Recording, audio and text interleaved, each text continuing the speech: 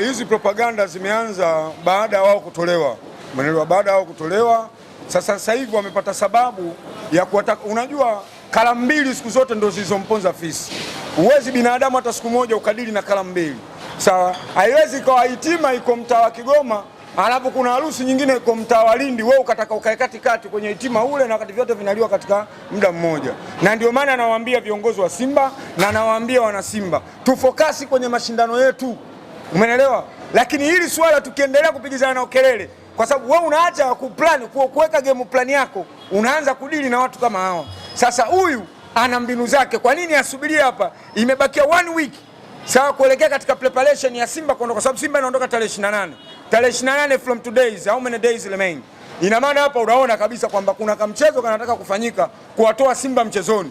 Na tukitoka kule tarehe 2 tayari tarehe 9 tunarudiana, kuna 1 week. Na ndio itazidi kuchochea hivi vitu.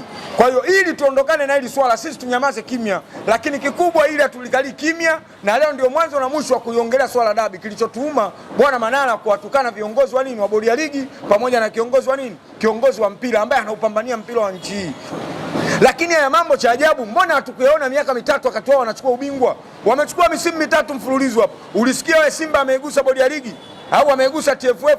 Simba tulikuwa tunalalamikia swala la udhamini tu, kwamba mdhamini mmoja kwa nini adhamini vilabu zaidi ya viwili? Ndio swala tunalopiga nalo kelele, lakini hatulalamiki sisi bodi ya ligi imefanyaje sijui nani. Sisi tunachoangalia ni kutengeneza timu yetu. Kwa hiyo na wao watu wa Yanga wanatakiwa waangalie jinsi gani watatengeneza timu yao. Timu yao ni kidevele kiduka King Kimaraga, imeshaporomoka, grafu za wachezaji wao zinashuka. Kwa hiyo moja kwa moja wanatakiwa waangalie jinsi gani watatengeneza timu yao. Umeelewa? Lakini swala la kuusingizia uongozi wa ligi, mbona miaka mitatu nyuma hawakuzungumza hili swala? Na swala la kuahirishwa dabi, kwa nini ndo mara ya kwanza msimu wa 21 dabi siliahirishwa? Swali kuja wakati wakanani pale, lakini Simba tulipangiwa tarehe tena tukaja tukafanya tukacheza. Lakini hizi propaganda hatuleti timu, wanataka waitoe Simba mchezoni. Sasa viongozi wetu tunawaambia kwamba wao wafokasi kuhusu mashindano ya kimataifa. Hili swala la dabi watuachie sisi huku mtani, sisi tutapambana nao. Wala msemaji wetu Ahmed Ally wala asidili nao wala asimjibu chochote. Maana tutadili naye sisi. Ndio maana tunamwambia hatutaki chokochoko. Na swala la kumgombanisha Kalia na watu wa Bongo Movie au kumgombanisha na watu wengine, watu wa mpira, aachane na hilo swala. Sio swala zuri kimpira. Alilete afya katika mpira wetu wa Tanzania. Tunachomwambia Bwana Manara aachane na chokochoko. Sawa aachane na chokochoko, kwa sababu kwanza yeye ameshazungumza mambo mengi. Lakini hamna mtu alodili naye, hamna mtu anemkumbusha. Huyu Manara alishazungumza kabisa kwamba mimi nikivaa, ukiniona nimevaa jezi ya Yanga, basi labda niwe maiti, labda niwe nimezikwa, nimekufa. Sasa je, sasa hivi yuko Yanga amekufa? Hakuna mtu alomgusa. Mbona tunamwacha? Alishazungumza mambo mengi tu ya ajabu.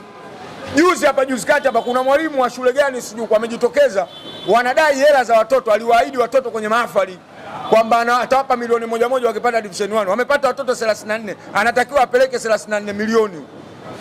Wale nani Wasafi aliwaahidi pale kwamba atawapa milioni moja kwamba Yanga kama hajaifunga Simba kuanzia goli 4.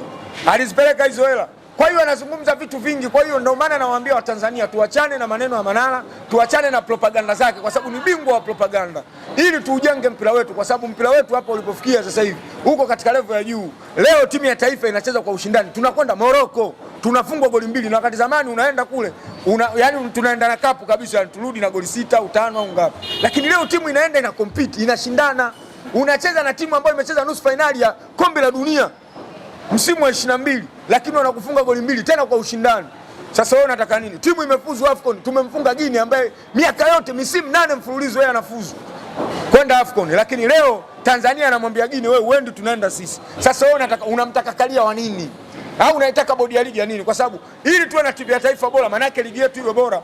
Na ndio maana leo CAF anaipa rank timu yetu na ligi yetu nafasi ya 6. Ina maana CAF wamekosea. Wewe unatuambia ligi yetu na madudu sio nini, bodi ya ligi haifai, sio haifai nini? Wewe mbona ulipokuwa unachukua ubingwa wao ukiyazungumza ulikuwa uyaoni? Kwa hiyo atuachie ligi yetu. Tunajua Kalia ameitoa wapi ligi. Ligi ilikuwa nafasi ya 100 na Kalia na Simba wamefanya kazi kubwa kuitoa ligi huko iliko mpaka inakuja kufikia hapa ligi. Ni Kalia na Simba. Yanga yupo. Yanga kaja kuingia hapa timu ligi tayari iko kwenye 10 bora. Simba ndio mwanzo. msimu wa kuanzia 18 19 Simba ndio chanzo cha kuifanya hii ligi itoke kwenye 104 mpaka kuja kufikia kwenye kundi bora. Ni Simba Sports Club. Kwani Yanga sikaingia finali juzi tu hapo na robo finali, na hii hapa kidevele kiduka imemshinda robo, kaishia makundi. Umeelewa bwana? Kwa hiyo amechangia pointi ngapi? Kwa hiyo kikubwa ndio maana anatakiwa muheshimu Karia, kwa sababu kama tukizungumza watu wa kulalamika walikuwa ni watu wa Simba, so Yanga. Yanga hapaswi kulalamika kwa uongozi wa Karia, kwa sababu chini ya uongozi wa Karia Yanga ndo amefanya vitu vizuri vingi. Chini ya uongozi wa Karia Yanga miaka 85 Yanga ndo anakuwa na uwezo wa kuingia wa kuingia finali, ambapo Simba 93 sisi tumecheza finali chini ya mdhamini wetu Azim Dewji. Umeelewa? Swala la kuingia makundi na kukompiti Yanga mara ya mwisho 98, tena baada ya kusaidiwa wachezaji watatu na Simba. Simba na Yanga tulikuwa tuna uadui kama wanauleta yeye huyu. Simba tulikuwa tunasaidiana na Yanga, watu walikuwa wanabakia kwenye utani wa jadi tu. Yanga 98 anaazimu wachezaji. Tatizo hao watoto wa sasa hivi hao walioipenda Yanga ya GSM ndio wenye matatizo.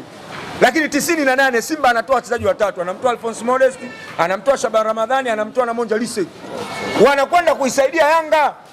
Not only that, even Aden Lage ambaye ni kiongozi alikuwa fati kipindi kile katibu, lakini mwanachama wa Simba na ni mchezaji legend wa Simba, anatoka anaibeba Yanga. Yanga wanagombana hapo, wanaenda kucheza na Rangers ya Zimbabwe. Yanga inabebwa na Aden Lage ndo anaipeleka timu Zimbabwe. Yanga inaenda inapindua meza, wanakuja wanafuzu, wanaingia makundi. Ni Simba ndo ameifanya hiyo kazi. Umeelewa? Lakini kwenye utawala wa Karia ndo Yanga mambo mengi kayafanya akiwa hapa. Swala la finali miaka 80 na imepita, Yanga ndo anacheza finali chini ya utawala wa Karia. Yanga anarudi tena kwenye makundi chini ya utawala wa Karia. Umeelewa? Kina Jamali Malinzi, kina Tenga, wote walishindwa kuifanya Yanga ifuzu, lakini chini ya utawala wa Karia Yanga anafuzu, anaenda makundi. Miaka 25 imepita. Umeelewa? Kwa hiyo anatakiwa mshukuru Karia. Umeelewa? Karia huyu ndio alorudishia makombe tena Yanga. Simba alichukua mara 4 mfululizo, anaingia Karia, Simba amechukua mara 4 mfululizo. Chini ya utawala Karia Yanga ndo anarudisha tena ubingwa wake, na anaingia makundi na anakwenda finali, anaingia tena makundi, anakwenda robo finali na anaingia tena makundi. Maskini mzee wa watu mpaka jezi amevaa mechi na Mamelodi Sundowns. Karia amevaa jezi ya Yanga. Sasa watu wa kulalamika kati ya sisi nao ni nani? Wewe na clip Simba nani? Karia amevaa jezi ya Simba. Lakini sisi clip tunazo, Karia amevaa jezi ya nini? Jezi ya Yanga. Ile yote kuonyesha mapenzi kwenye hivi vilabu kwamba mimi sio Simba, sio Yanga. Kwa hiyo kikubwa wao watengeneze timu, lakini swala la kumsukumia Karia na bodi ya ligi kutokana na timu yao sasa hivi inaanza kupotea. Twende kimataifa. Kule kuna Karia. Karia au Almas Kasongo amehusika nini wao kutokwenda robo finali? Mbona wamefeli kule? Mbona ya kumgusa Musepe kwamba Musepe ndo unasababisha sisi tusiende robo finali? Mechi imeletwa hapa, sio wameshindwa wenyewe. Msiaja. Wale Msiaja kama wangekutana na Simba wale shughuli wangeiona hapa. Umeelewa? Kwa sababu klabu Konstantini na Msiaja wote wanacheza ligi moja na wote tuliletewa. Simba kapoa klabu Konstantini, Yanga amepoa Msiaja. Klabu Konstantini ndio timu inaongoza mpaka sasa hivi, ndio inaongoza ligi. Lakini wamefanywa nini na Simba? Na Msiaja kacheza mechi 2 na huyu klabu Konstantini. Klabu Konstantini kachukua pointi 4. Mechi ya kwanza kafungwa 2-1, mechi ya pili wametoka sare bila. Umeelewa? Lakini Simba amemfanya nini klabu Konstantini? 2-2 hapo tumemfunga. Lakini yule Msiaja kama angepewa Simba, yani ile cage, ile safu ya mbele ya Simba inaitwa cage, unalijua hilo? Cage. Wao wana mapu ilo futika sasa hivi. Wana mapu ambayo imefutika, ambayo mchoraji mwenyewe hayupo, kurudia maandishi yale sasa hivi hawawezi. Mwenyewe alotengeneza mapu ameondoka Mr. Gamoni. Lakini keji imetengenezwa na Fadil Davis yupo. Keji unajua kirefu chake? Yaani keji K unamzungumzia Kip Dennis. Hii unamzungumzia Elia Mpanzo, alafu G unazungumzia Jean Charles Ahoua. Hiyo ndio inaofanya kazi. Sasa wangekutana na keji wale Msiaje, pale wasingetoka bila chuma 4 pale. Umeelewa? Kwa hiyo kikubwa wanatakiwa focus kwenye kutengeneza timu. Yaani Manara kama angekuwa mtu wa mpira, angewasiwa na Yanga watulie, wapate kutengeneza timu yao. Lakini sio kupiga kelele.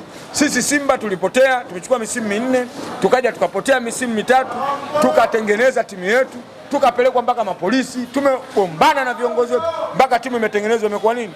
Imekuwa vizuri. Kwa hiyo na wao sasa, huu ni muda wao, wachukue fursa hii na waambia wana Yanga waongee ukweli kuhusu ubovu wa timu yao ili watengeneze timu. Kama unalalamika huku kwenye ligi, je, kwani dabi ni mara ya kwanza kuahirishwa? Watu mpaka wanakimbia na mpira. Simba alishaondoka na mpira kwa pani pale. Tushapigwa chuma 2 pale. Shamba la bibi. Tukatia mpira kwa pani tukaondoka, na hapa kuna 6 zingine zinakuja, dalili zinaonyesha wasivunje rekodi yetu, hatukurudi. Afrika Mashariki na Kati Yanga gadi liliishia Keko. watu tukawa tunakuja tunalichungulia, tumejaa kule uwanjani, Yanga kutokea uwanjani. Sasa mbona anazungumzia mambo ya nyuma, anazungumzia hapo? Huyu ni mtata tu, umeelewa bwana? Yani anashindwa kuongea uhalisia wa mpira, yeye anatuangalia atapata vipi watu wa kumsupport, ndipo anapofanya nini, anapotaka kupenya hapo hapo. Kwa hiyo wana Simba na watu wote wadau wa mpira tunatakiwa tuwe makini na maneno ya Manara. Maneno ya Manara ni yana uchochezi, ni bingwa kutengeneza propaganda. Kwa propaganda zake sasa hivi, hichi kizazi cha sasa hivi, hichi ni kizazi kipya, kizazi chenye uelevu mkubwa, na akiongea hatuachi kumjibu. Chochote anachotaka kufanya afanye, lakini hatuachi kumjibu kwa sababu anatuharibia mpira wetu. Mpira wetu sasa hivi mama kaushika mkononi. Wewe jiulize, kwenye utawala gani, rais gani, kwenye tawala ipi aliamua kutia hela nyingi katika kuuendesha mpira? Lakini leo tunamwona mama Samia Suluhu Hassan ameamua kutia hela yake leo kila mechi ya katika makundi anatia hela, kila goli moja, hata ushinde goli 7 hela zako zote unapewa. Simba ameshinda goli 6 na Joining Galaxy amepewa milioni 30. Umeelewa? Kwa nini amepewa milioni 30? Ina maana mama ameamua kuwekeza kwenye mpira, kwa hiyo asitake kumvunja nguvu mama, na huku tunaelekea kwenye nini? Kwenye uchaguzi. Kwa hiyo atuachie mpira wetu. Yeye mpira umemshinda, aende akaekti sinema huko kama alivyosema Kalia. Na kuekti sinema hatumaanishi watu wa Bongo Movie ndio kazi yao. Sinema mtu yote anaekti. Umeelewa? Kalia amezungumzia watu wanaohekti, hawataki kufuata uhalisia, wao wanataka kuhekti. Lakini ya kuwagombanisha watu wa Bongo Movie na nini? Na chama cha mpira, kwa sababu chama cha mpira kinawategemea watu wa Bongo Movie na watu wa Bongo Movie wanategemea nini? Watu wa mpira. Hayo ndio maisha yetu. Kwa hiyo achane na hiyo biashara.